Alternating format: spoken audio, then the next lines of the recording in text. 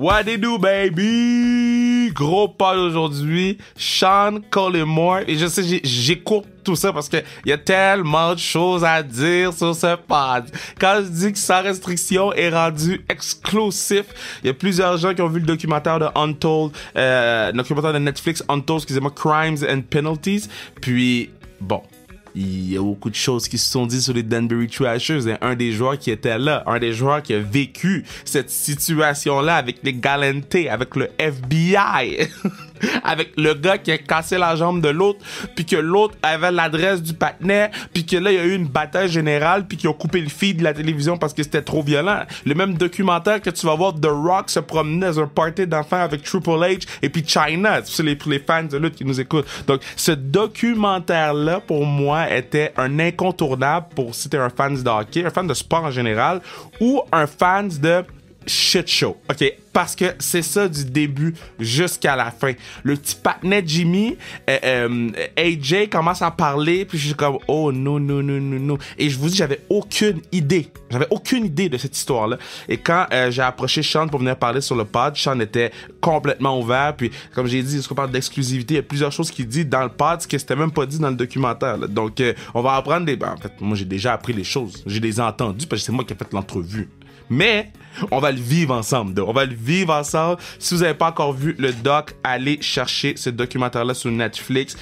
Sean a joué Québec, avec les Remparts, a joué à Val-d'Or, Toledo Storm, Danbury, il a joué avec les Royals Reading, il a joué à Binghamton, Norfolk, il a joué à Hershey, écoute, on parle du lancer du toutou, il a joué avec le Ontario Reign à East Coast, avant que ça allait avant que Ontario Reign soit dans la Ligue américaine, il a joué en Suisse, il a joué en Nouvelle-Zélande, il a joué au Danemark, il a joué en Norvège. Donc, lui, là, il a une feuille de route, il a une histoire, et c'est vraiment le fun qu'il a répondu à toutes mes questions avec tellement d'honnêteté, puis c'est pas facile de venir sur un pod parler du FBI.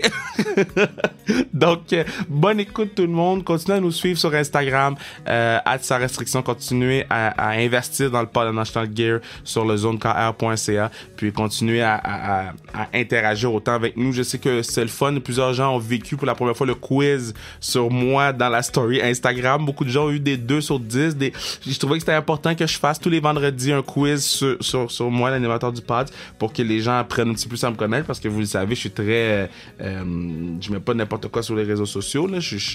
Moi je pense qu'il y a une vie professionnelle et une vie personnelle, et il y a beaucoup de gens, selon moi, qui ont de la misère à faire la différence entre les deux, et moi, ma vie personnelle, je veux la garder personnelle auprès des gens proches de moi, auprès de ma famille, et vous, les gens qui écoutent le pod, je vous considère comme ma famille, donc d'ouvrir sur des choses que j'ouvre jamais dans la story tous les vendredis, ben c'est quelque chose que je trouvais important, donc c'est quelque chose qu'on va ramener à chaque semaine. Je vous rappelle aussi, tous les lundis dans la story Instagram, tous les highlights de football de la NFL, tous les highlights. On met du 40, 50, 60, 70 stories sur ce qui s'est passé. Si tu veux tout savoir ce qui est arrivé en l'espace de 3-4 minutes sur notre story, ben c'est là sur notre Instagram Sans Restriction. Parlez-en aux gens, partagez les stories, partagez les pods. Là, c'est le temps d'aller à un autre niveau. À chaque 2-3 mois, là, je vous dis, là, on passe à un autre niveau. Puis là, je le sens. Là, je le sens qu'on est en train d'aller chercher un autre gear. Puis c'est grâce à vous autres. Puis c'est grâce à des podcasts comme on a aujourd'hui avec Sean Cullimore. So, merci. By the way, merci Wally, ma man Wally D, qui écoute sûrement Daniel Walcott, qu'il faut avoir sur le pod. Wally, c'est lui qui m'a mis en contact avec Sean. Donc, let's go, baby. Gros pod. Danbury Trashers, Sean Cullimore. Let's go. Let's go. Let's go.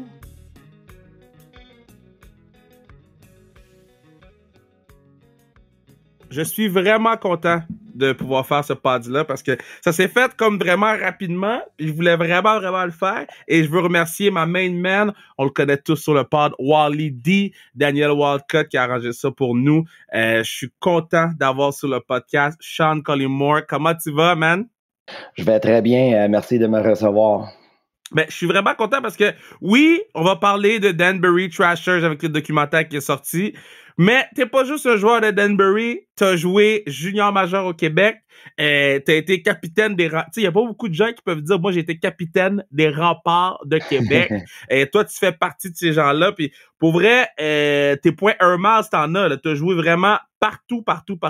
Fait qu'on va aller un par un, aller regarder où t'as joué, puis faire un peu la jeunesse de ton histoire. Mais en premier lieu, comment ça se passe pour toi, là, en ce moment, là, suite à la sortie du documentaire? Est-ce que, là, les gens sont comme, yo, raconte-moi. Ah, c'est sûr que, tu sais, je suis encore un petit peu dans le hockey, fait que c'est sûr que les gens, qui m'entourent, ils ont vu le documentaire, puis ils l'ont apprécié beaucoup, donc c'est sûr qu'ils me demandent des questions de temps en temps, des insides, là, de voir ma perspective sur les affaires à Danbury. OK, mais mettons, toi, là, OK, tu finis de jouer rempart, là, en fait, t'as joué. C'est ça, tu jouais rempart, t'es capitaine de l'équipe. Après ça, tu fais 2 saisons à Val d'Or. Là, c'est comme, OK. Après ça, tu vas à Toledo. Après ça, tu te retrouves Danbury. Comment t'as fait pour aller te retrouver dans cette équipe-là, là?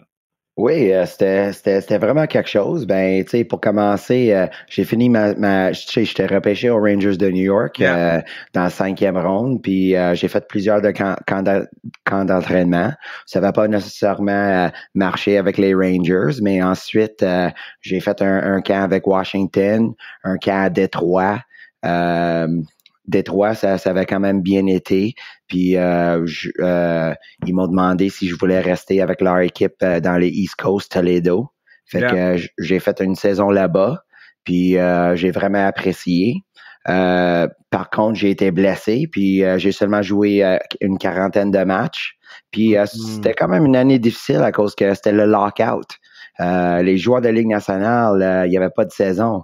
Donc, ça, c'était ma première année professionnelle. Puis, beaucoup de joueurs de Ligue nationale sont descendus dans la Ligue américaine. Beaucoup de joueurs de Ligue américaine se sont descendus dans le East Coast. Fait que c'était vraiment un calibre fort. Fait que dans le fond, le lockout t'a blow un peu, là. C'est sûr que ça m'a pas aidé dans ce temps-là, mais c'est sûr que j'ai pas d'excuses sur ce côté-là. Mais c'est ça, j'ai fait une quarantaine de matchs avec une blessure, fait que ils m'ont pas décidé de garder pour l'année d'après. Fait que je me suis trouvé une place à Danbury. Mon agent, c'était dernière minute après le camp d'entraînement de Toledo, puis il m'a dit que j'avais une opportunité à Danbury. Puis quand c'est après un camp d'entraînement, ben t'as peur de pas avoir de choix. Fait que j'ai sauté dessus. OK, so mettons, là, quand ils disent tu t'en vas à Danbury, est-ce que t'es comme where the fuck is Danbury? Ah, c'est sûr. Je connaissais pas beaucoup le United Hockey League, mais il y avait plusieurs Québécois là-bas. Fait que quand j'avais vu des joueurs que j'avais déjà côtoyés, comme Jean-Michel Daou, il y avait Mario Larocque qui était là. Fait que, je me suis dit que, why not? Je vais l'essayer. Puis, dans ce temps-là, à ce jeune âge-là, c'est sûr que j'étais focus 100% hockey. Fait que j'étais mindé d'avoir une chance de jouer une saison complète puis essayer de monter les échelles.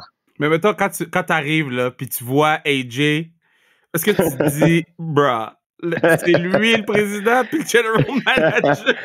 Ah ouais. Non, c'est sûr, c'était quelque chose. Mais je pense qu'on voit que c'est des grandes personnalités, puis on était vraiment bien accueillis.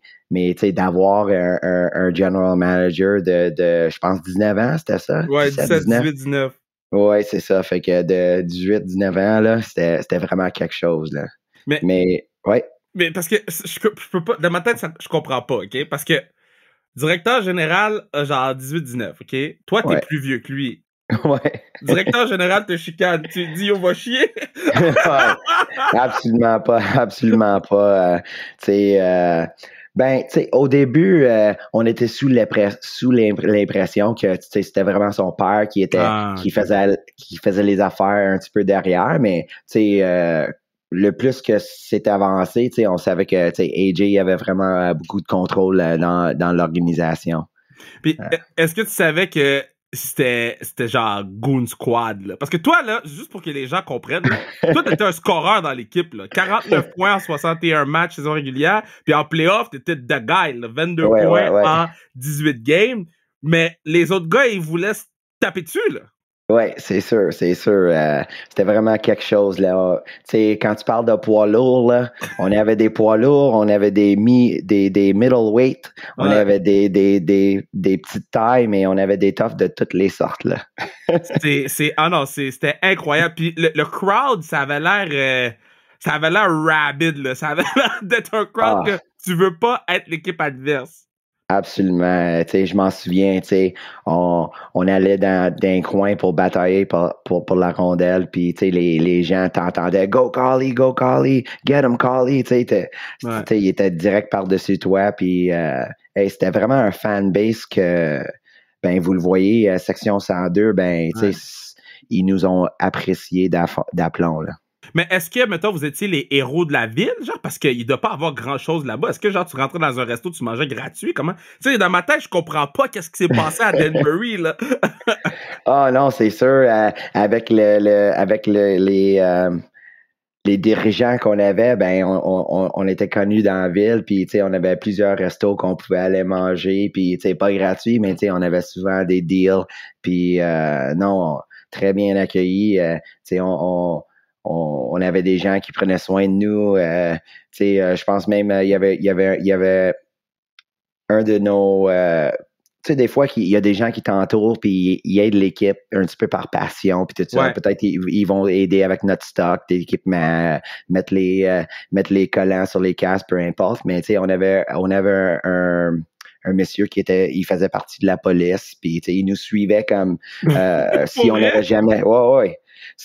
Si on n'avait jamais des difficultés ou quelque chose, ben il était là pour nous supporter aussi. Wow! Mais c'était vraiment un bon monsieur là, aussi.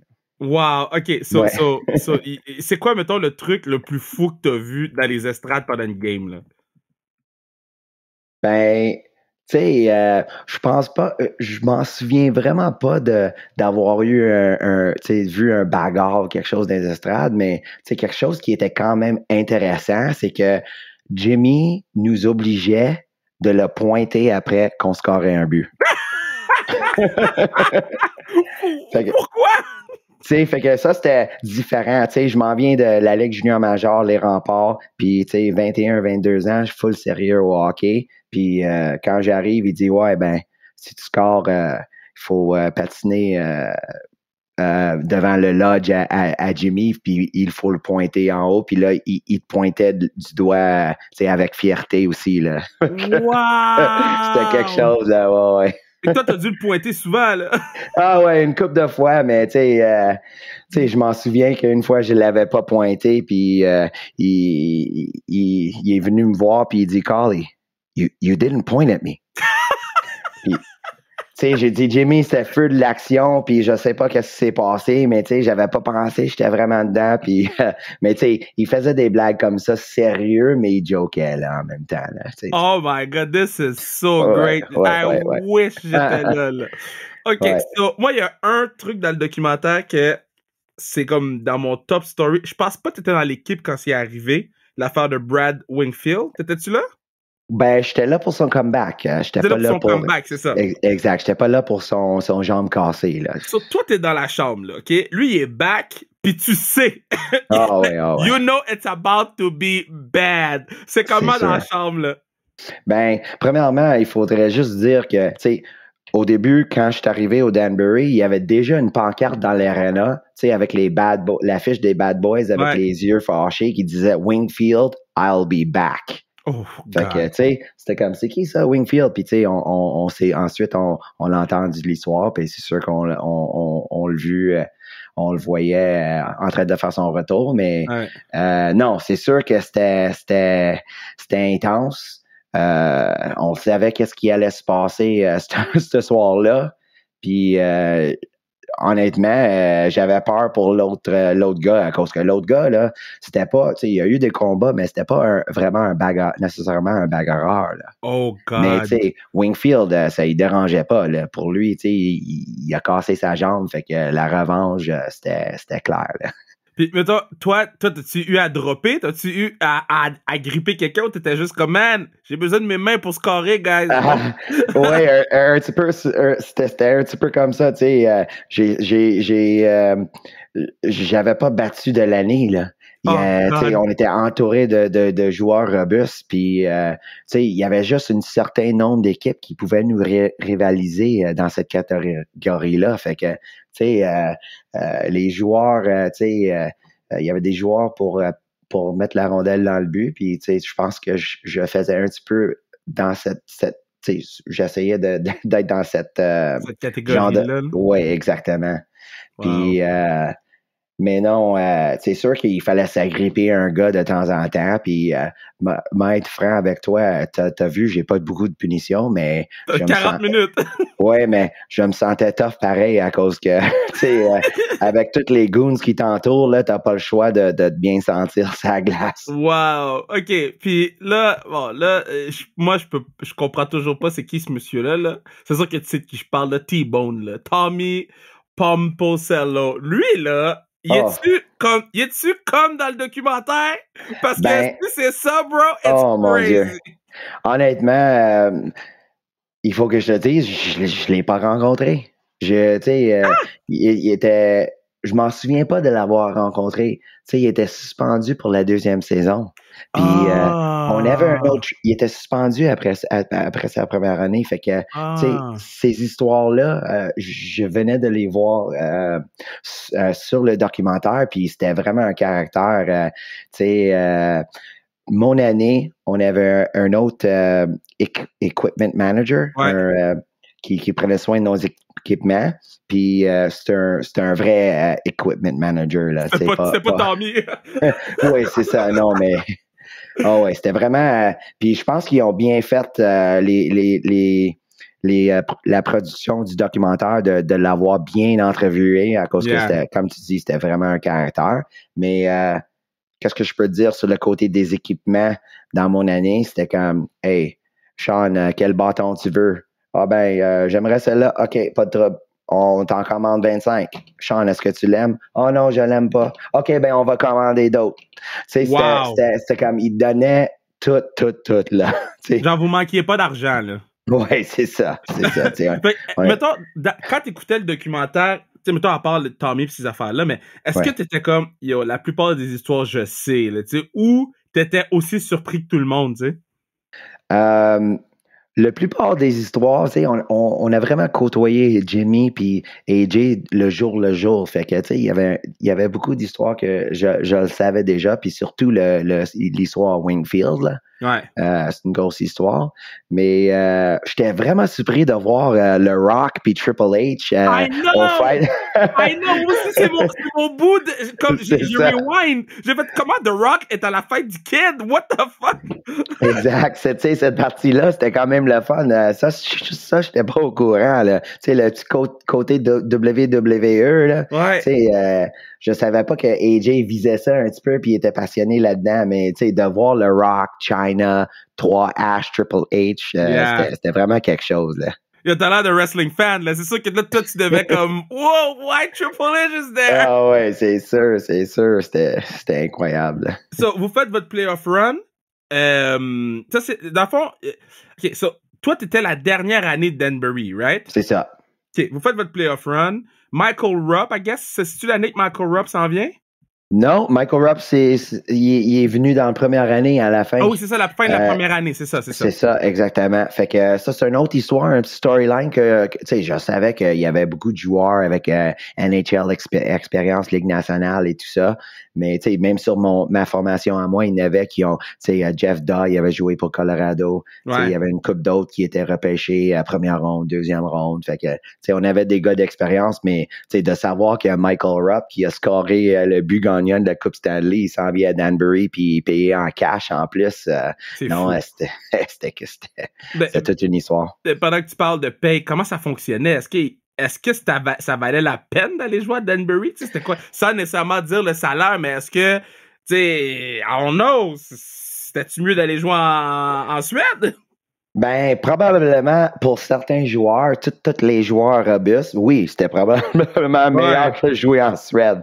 Mais tu sais, c'est drôle, les scoreurs, les jeunes joueurs, tu sais, on était payé, je veux dire, c'était modéré, là, mais pour un recrue, on était bien payé à cause que, tu sais, dans le East Coast, je pense que quand t'es recrue, là, tu reçois la ligue minimum de 450 par semaine. Fait que, c'est ça, c'était ça dans le temps.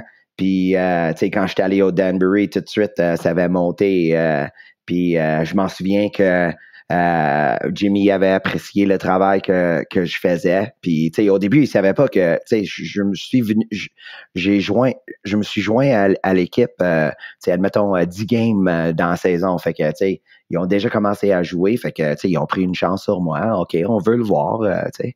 Fait que, après un certain temps, Jimmy est venu puis il a dit « Hey Sean, j'aime vraiment le job que tu fais pour nous autres.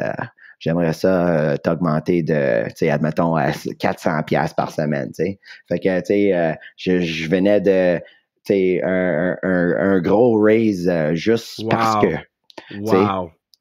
Fait que je sais qu'on parle pas des millions de dollars, mais je veux dire, tu sais, il faut comprendre, tu sais, comment qu'on est payé dans les ligues mineures. Tu sais, si tu étais un recrue, ben dans le temps 2005, tu sais, tu pouvais faire 500$ par semaine ou tu sais. Fait que, mais c'est ça, il m'a augmenté de 400-500$, fait qu'il m'a doublé ma salaire juste à cause qu'il voulait être gentil. Just like that. Yes. C'est fou parce que ce que je trouvais impressionnant dans le documentaire, c'est que t'avais genre le FBI là, qui démonisait Jimmy, puis t'avais les players, t'avais les guys qui étaient comme Jimmy, c'était notre boy. C'est comme ça, cette dualité-là, que j'avais de la misère ou que je trouve pas que j'avais de la misère à comprendre, mais que je trouvais vraiment captivante. Tu sais, comme Jimmy, ça avait l'air d'être votre gars, là. C'est ça. Puis lui, je te dis, là, il nous a traités comme sa famille. Il a dit, tu sais, il disait souvent, Hey, guys, you're part of the family. Wow. You're in the family. Tu sais, puis on savait c'était quoi la familia. Yeah, c'est ça. C'est ça. Non, on est à la même place. Ouais. Fait que, tu sais, he would be like, you're in the family, you know, what stays in the locker. Ben, tu sais, au hockey, c'est tout le temps, qu'est-ce qui reste dans le locker room, ça reste dans, qu'est-ce qu'il dit dans le locker room, ça reste dans le locker room. Fait que, tu sais, on est tout le temps comme ça un peu. Mais, non, c'était vraiment quelque chose. Tu sais, pendant que le FBI, tu sais, arrivait plus vers les séries, il nous a dit, puis il dit, guys, tu sais, ça se peut que les FBI sont là, je le sais. Il dit, je le sais, tu sais. Pas grave. Il dit, laisse-moi dealer avec ça. C'est tout. Il dit, laisse-moi dealer avec ça. Je veux que tu te concentres sur le hockey. Puis, c'est ça.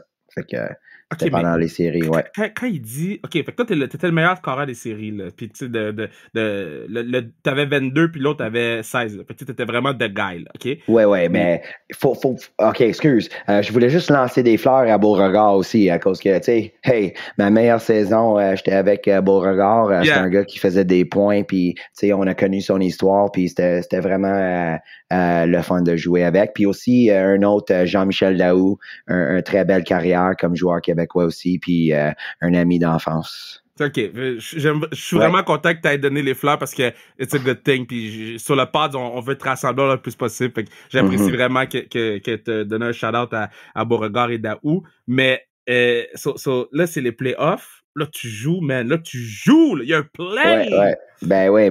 Et là, t'entends le patinet dire le FBI s'en vient. Est-ce que tu commences à avoir une panique? Parce que là, t'es comme damn! Ah ouais, non, c'est sûr. Puis tu sais, je sais que oui, on est des joueurs de hockey. On veut pas faire nécessairement faire des affaires contre la loi et tout ça, mais tu sais, en même temps, c'est notre job. Puis on veut que ça continue aussi. Fait que c'est sûr que ça nous a inquiété un petit peu, mais tu sais.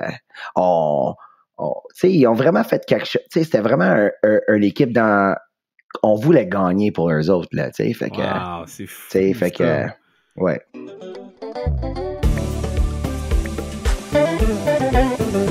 Yeah, c'est à ce moment-ci du pod que je vous dis que vous pourriez assurer la pérennité du pod en achetant tucs, casquettes, hoodie. Comment ça fait fret là? Achetez les tucs, casquettes, hoodie, n'importe quoi sans restriction sur le zonekr.ca, zonekr.ca pour votre gear sans restriction. Il reste encore des t-shirts Cofield Mania, des t-shirts Baron de Montréal. La saison de hockey reprend bientôt, donc c'est pas outdated là. Au contraire, là, vous allez pouvoir avoir votre gear, vous allez pouvoir celebrate, vous allez pouvoir dire yo moi j'écoute sans restriction, zonekr.ca, get your shit baby.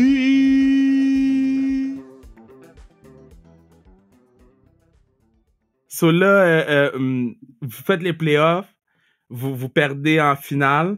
C'est comment en fait ça? Parce qu'ils n'ont pas parlé de ça dans le documentaire. Là, parce que moi, j'étais comme, là, vous jouez en finale, vous perdez la game. Moi, dans ma tête, il allait avoir un riot dans l'aréna, là. Non, c'est sûr, c'était clair, mais tu sais, je pense qu'on perdait 2-0 puis chez nous en plus, puis on était allé sa route, puis tu sais, ça avait bien été là-bas. Tu sais, j'avais eu une coupe de points, puis tu sais, je pense que Jimmy était, tu sais, en dedans, il sortait un peu, en dedans, il sortait, fait que le prison. Ouais, il pouvait pas. Ben, tu sais, où il y avait des affaires. C'est vrai. Ouais, fait que, tu sais, où il y avait des affaires qu'il pouvait pas suivre l'équipe là-bas. Fait que, tu sais, il a pas été sa route. Mais je m'en souviens que quand on est revenu, on a gagné 2 matchs là-bas pour légaliser 2-2. Puis il m'a pris encore dans son bureau, puis il dit, Sean, t'sais, j'ai adoré. J'ai entendu que t'as fait un vraiment un bon job pour nous. Je suis vraiment content de toi. Je te remercie beaucoup. Puis ça arrive pas vraiment souvent dans le hockey, ce genre d'interaction avec le DG comme ça. Fait que c'est vraiment familial dans le fond. C'est drôle. C'est fou, ça. C'est parce que c'est exactement ce que j'allais te dire. C'est quand la dernière fois dans ta vie que t'as un DG qui t'a remercié comme ça dans le... Ouais, c'est ça. Ça n'arrive pas. Wow. Ouais. OK, so là, vous perdez la finale et là, everything drops. FBI, boom, raid dans le bureau. Et là, c'est quoi tu te dis? Est-ce que tu te dis... Parce que nous, là, on est de Montréal. On est Montréal, t'es la salle. FBI, pour nous, c'est dans les films, là. Ben là, c'est dans la vraie vie pour toi. Est-ce que t'es comme, yo, j'ai besoin de prendre le first flight home? Ah ouais. Non, c'est sûr. C'est sûr. J'ai pas resté trop longtemps, mais tu sais, vu que j'étais recru, j'avais pas trop de crainte pour mon salaire comme comparé aux d'autres là, joueurs robustes là qui, tu sais, fait que non, mais tu sais, j'étais pas loin de la maison, fait que je suis rentré, mais il faut dire une histoire que tu sais, Jimmy avait rentré un petit peu dans la prison, je pense, après l'année. Ouais. Puis on a quand même fait un party de fin d'année. Puis il a réussi à poster son bail. Peux-tu m'aider avec ça en français? Son bail, c'est... déjà, ils comprennent c'est quoi un bail. C'est ça. Mais pour venir au party? Ouais, il est venu au party. Puis là, j'avais un autre ami, puis il a dit... Jimmy, fait que t'as posté ton bail pour 5 millions. C'était-tu pour toi puis tes gars? À cause que, tu sais, il y avait tout le temps 10 gars qui l'entouraient. Ouais. C'était-tu toi puis tes gars? Puis il dit, non, Donnie. Il dit, 5 millions juste pour moi. Il dit, j'étais un bad boy. Wow! Son bail était 5 millions, bro? Oui, dans ce temps-là, oui. Fait que ça c'était dit au table, mais tu sais, je pense pas. Ouais. Mais ça, c'est fou, man! Oui. OK, OK, là, oh my God, cette histoire-là me fascine, parce que je veux aussi parler des rapports de Québec, mais juste finir comme closer cette parenthèse-là ou cette histoire-là. So là, tu fly à la maison, puis tu sais, t'as joué quand même vraiment longtemps après, là. Mais tu fly à la maison, le dude est en prison, mais il y a personne qui sait vraiment cette affaire-là. Est-ce que t'es comme, je vais garder toute cette étape de ma vie pour moi, ou T'es comme, yo, guys, j'étais à Danbury. Non, c'est sûr que, tu sais, on le disait, puis, hey, honnêtement, comme j'ai dit, tu sais, sa femme nous a contacté les joueurs pour monter en Connecticut, les voir, juste, tu sais, à cause que c'était des gens il y avait beaucoup de joueurs chez eux à regarder le football sur les dimanches, jouer aux jeux de vidéo avec AJ, fait que, tu sais, je pense que les autres, ils voulaient garder cette feeling-là un petit peu. Puis, tu sais, avec leur père de famille qui était en prison, ben, tu sais, ils nous ont quand même invités de revenir, tu sais. Mais, tu sais, j'ai été retourné souvent. Non, mais, tu sais, j'ai pas pris l'offre, là. mais c'était quand même gentil. Puis, tu sais, ça démontrait comment que, tu sais, il se tenait à nous aussi. À cause qu'en fait, je pense que Jimmy, tu sais, au début, il aimait moins le hockey, mais il s'en est perçu que c'était vraiment quelque chose, le fun. Puis, tu sais, les joueurs de hockey, ben, sont très team first. Tu sais, fait que c'était cool, là, aussi. Là, fait que... C'est quoi ton histoire, ton Jimmy story la plus drôle que t'as? Ben... je pense que j'en ai compté une couple que j'aime dire, tu sais, comme son Bale et tout ça. Ouais, je vais changer. Ah, vas-y. Ouais, mais non, tu sais, un autre, oui, des fois, tu sais, il nous lançait des fleurs, mais des fois, il venait dans la chambre entre les périodes, puis il dit, hey, vous, qu'est-ce que vous faites, là? Il dit, je vous paye pourquoi? Il dit, ça m'a coûté, tu sais, 10 000 pour tes boss en fin de semaine, or whatever, tu sais, je sais pas. Puis il dit, j'aurais dû le dépenser au club, tu sais, ou quelque chose comme ça. Puis, tu sais, il nous regardait avec ses yeux, genre, vraiment, fâché, là. Oui, il avait des yeux bleus, vraiment, comme qu'il pouvait être froid, ben, tu sais, il pouvait être chaleureux aussi, mais, tu sais, quand il était fâché, il y avait pas grand monde qui disait un mot dans la chambre, là. Wow. Puis c'est quoi ta meilleure AJ story? Ah, ben, AJ, c'était juste un cool guy overall, là, tu sais, je m'en souviens, tu sais, 18-19 ans, je pense que, c'est son auto qu'il avait, je pense que c'est un Cadillac pick-up avec des tu sais, quand c'était en mode d'avoir des 22, des rims 22 qui spinaient, là, fait que, tu sais, il spinait ses rims, fait que, tu sais, c'était ça notre DG, là, 19 ans, big Cadillac truck avec des rims qui spinaient, fait que, tu sais, c'était tout un caractère, mais je pense qu'on voit sur le documentaire, c'est un chouette gars, tu sais, le gars, tu sais, il voulait plaire à son père et tout ça, mais tu sais, il a un bon cœur, là, fait que c'était cool. Bon, là, après même, tu sais, j'ai posté des affaires sur mon Facebook, puis tu sais, il fait des commentaires sur mes posts, je vois qu'il fait de la boxe, puis tu sais, on est quand même en contact. C'est un gars que je peux contacter aujourd'hui, puis tu sais, il répond, fait que tu sais, c'est vraiment cool. Là, après ça, tu voyages un peu, tu pars de Danbury, tu t'en vas aux Royals, tu restes là une saison complète. Reading Royals, c'est où ce Reading Royals? C'est à Pennsylvanie. Puis, OK. Ouais. Là, tu fais 48 points là-bas. Là, tu te retrouves à jouer Ligue américaine. Puis là, t'es comme dans ton way back up. Là, ouais. Là, tu devais avoir confiance. Là, mais tu quittes Danbury, tu t'en vas à Reading Royals. Est-ce que t'es comme... Yo, c'est plate ici! C'est sûr que Pennsylvanie, c'était, tu sais, il y avait pas, ben c'est sûr que, tu sais, il y a des belles places là-bas aussi, mais je veux dire, à Reading, tu sais, il y avait pas grand-chose à faire à part du hockey, mais, tu sais, je suis allé là pour l'opportunité à cause que la Ligue, le côté Est de la Ligue East Coast est vraiment le meilleur, il y a vraiment la meilleure concentration de clubs Ligue américaine dans les environs. Fait que, tu sais, je savais que si je me pointais là puis je faisais quelque chose de bon, ben, tu sais, un call-up à Ligue américaine viendrait. Puis, tu sais, c'est ça qui était quand même arrivé. Fait que c'est pour ça que je me suis pointé là-bas. Wow, that's crazy. Là, après ça, Binghamton. Bon, Binghamton, on le connaît un petit peu plus. Admirals aussi, North Falls. Après ça, tu retournes Reading, Hershey. Étais-tu là quand est-ce que ça existait déjà la tradition de lancer des toutous sur la glace?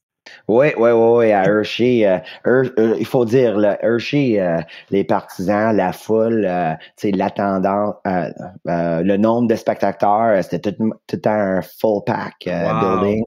Puis Hershey, c'était vraiment une belle ville de hockey, là. Ça, c'est quelque chose, là-bas.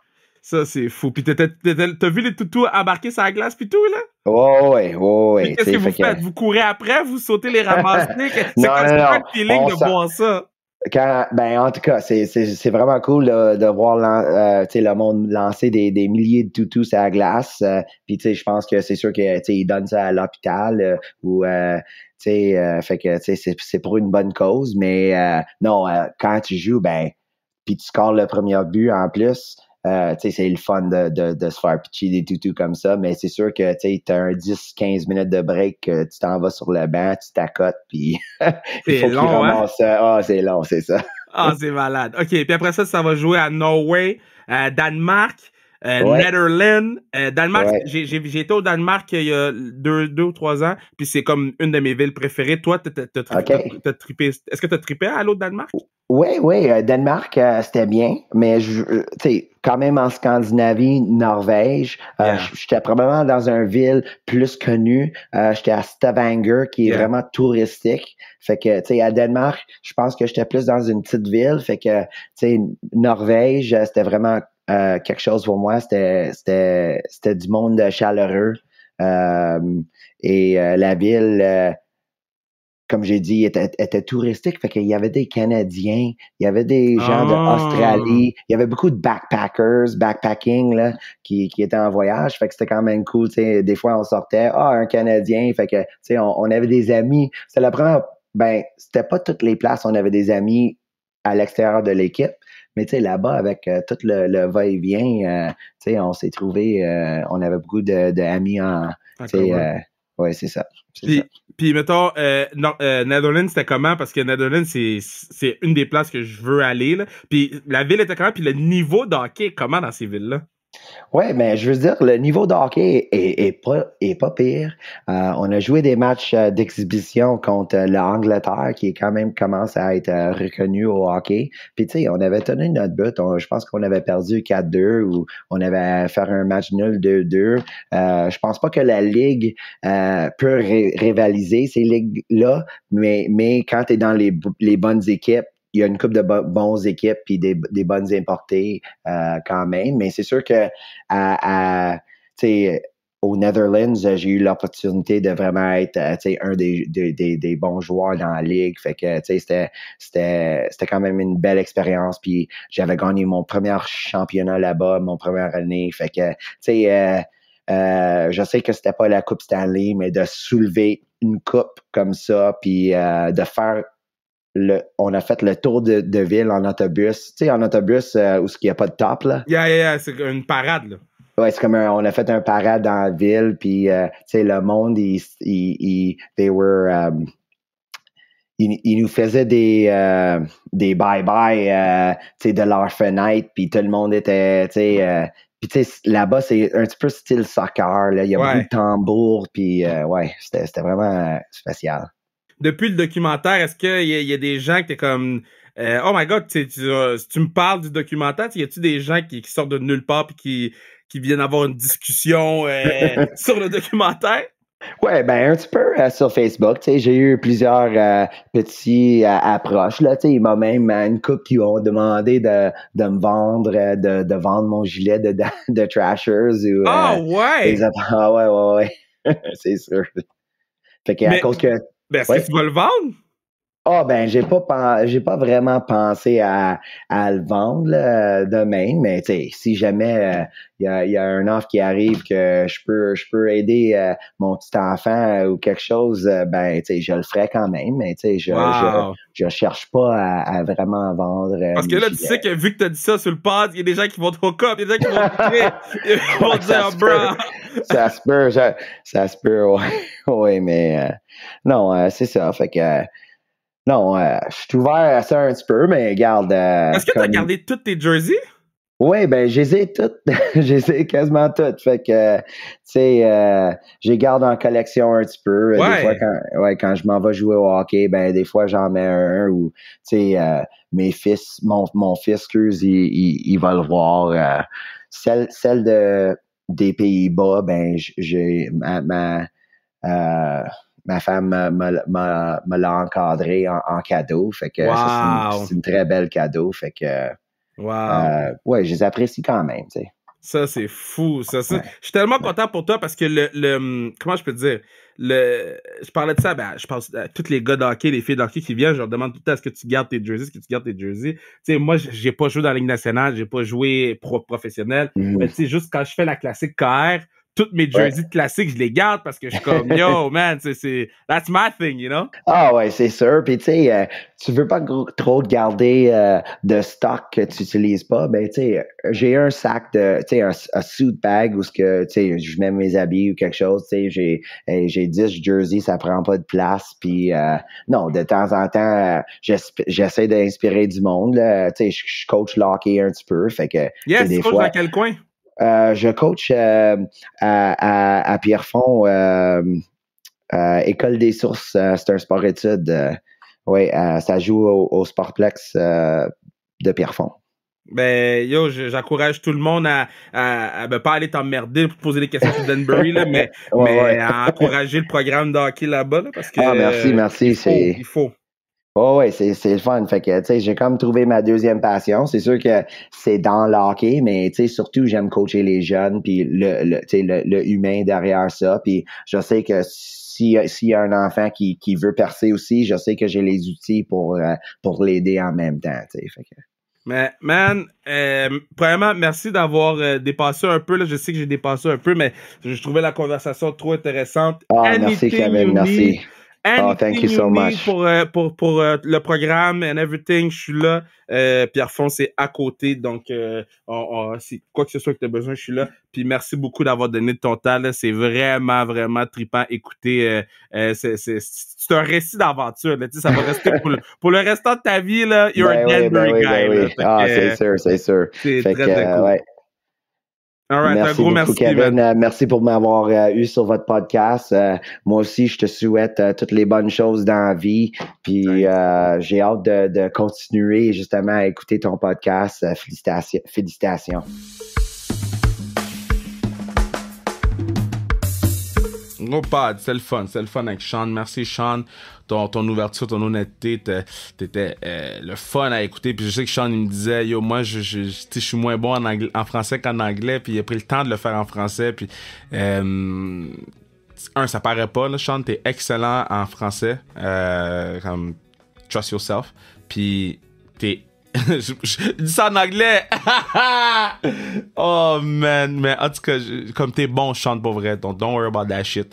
Puis man, cette histoire-là, je pense qu'on n'a pas vu le bout de la fin de cette histoire-là, parce que tu vois Drake qui porte le jersey de AJ Galante, mon boy Derek là, qui est fan de Danbury Trashers, puis je suis comme t'as Chalk Walk or Chalk Sports, attends, je vais aller sur Instagram, je vais te dire la bonne affaire, parce qu'ils sortent une collection collection de vêtements sur les Danbury Trashers. Chalklin Official. C'est une collection de vêtements sur les Danbury Trashers. Donc, on n'a pas fini de voir le bout de toute cette saga-là. On est vraiment content de pouvoir, en fait, d'avoir eu la chance d'avoir Sean Collymore sur le pod. Puis, merci encore de nous suivre. Merci de nous donner autant d'amour, autant de visibilité, autant de support, autant de vous mettez de la joie dans notre cœur. Et pour tous ceux qui sont dans le fantasy football, mon fantasy football est shit sous shit. Ça va mal, mais c'est pas grave, parce que l'important c'est pas de participer, l'important c'est comment tu reviens. Oh Lord, check un verse. C'est comment tu come back season alert. Tous ceux qui sont dans mon fantasy football, comeback season alert. Je sais pas pourquoi je mets autant d'affaires sur le T, mais alert. Mais c'est vraiment le fun de participer à un truc comme ça avec vous autres. Puis on va avoir le Fantasy Football Hockey là, cette semaine, là, ça devrait être réglé. Donc Fantasy Football Hockey sans restriction. Donc dans les prochains jours, ou restez à l'affût pour notre story Instagram. Sur Instagram, on va avoir toute l'information. Je vous aime. Passez une belle semaine. Puis on se reparle. C'est un rendez-vous. C'est parce que je m'ennuie de Pat. Pat Laprelle est parti à Cancun. Puis quand il fait la lutte, il dit c'est un rendez-vous, m'ennuie de Pat.